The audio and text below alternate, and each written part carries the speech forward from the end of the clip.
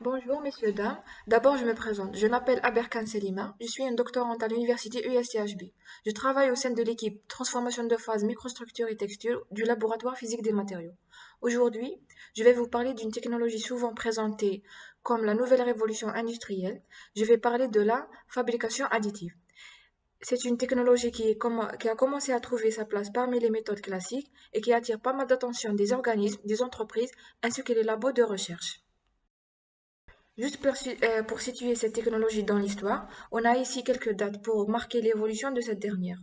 Alors, on a commencé d'abord à réfléchir à construire des objets par ajout de matière, puis on a passé à la phase prototypage rapide, et juste après la réussite de réaliser les premières pièces métalliques denses en 2001, on a entamé la fabrication des pièces fonctionnelles en série. La fabrication additive désigne les différents procédés permettant de restituer physiquement des objets 3D décrits par leurs données de conception assistées par ordinateur.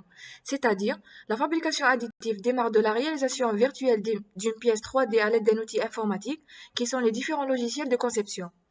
La pièce est ensuite découpée virtuellement toujours en tranches par le logiciel qui envoie les informations couche après couche à une imprimante 3D afin de construire la pièce, quelle que soit sa complexité géométrique. Dans notre cas, cette imprimante 3D est métallique. Et parlant de réalisation, on peut réaliser les pièces avec différents matériaux, métal, céramique, polymère et aussi des cires. Et selon le procédé, les matériaux se présentent sous forme de liquide, poudre, filament ou de feuilles. Et ceci sans partir d'un bloc de matière première, c'est-à-dire ajouter de la matière où c'est nécessaire jusqu'à l'obtention de la pièce finale, contrairement au procédé de la fabrication soustractive. Ce sont souvent les noms commerciaux qui sont employés pour désigner les procédés, mais ils sont devenus multiples et peuvent prêter à confusion. C'est pourquoi des dénominations normalisées ont vu le jour. Elles classent les procédés quel que soit le matériau en sept catégories. La photopolymérisation en cuve, projection de matière, projection de l'ion, fusion sur lit de poudre, extrusion de matière, dépôt de matière sous flux d'énergie concentrée et finalement stratification de couches.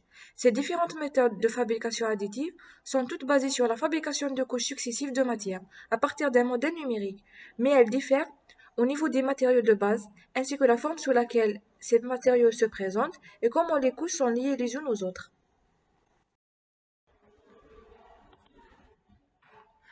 Dans le cadre de ma thèse de doctorat, on s'intéresse à un procédé de la catégorie dépôt de matière sous flux d'énergie concentrée, appelé WAM, Wire Arc Additive Manufacturing.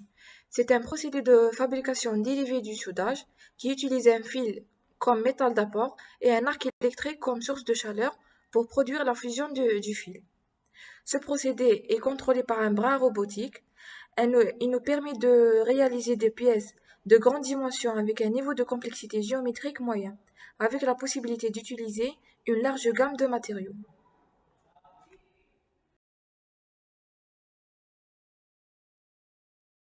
Cette vidéo touche à sa fin. Merci pour votre attention.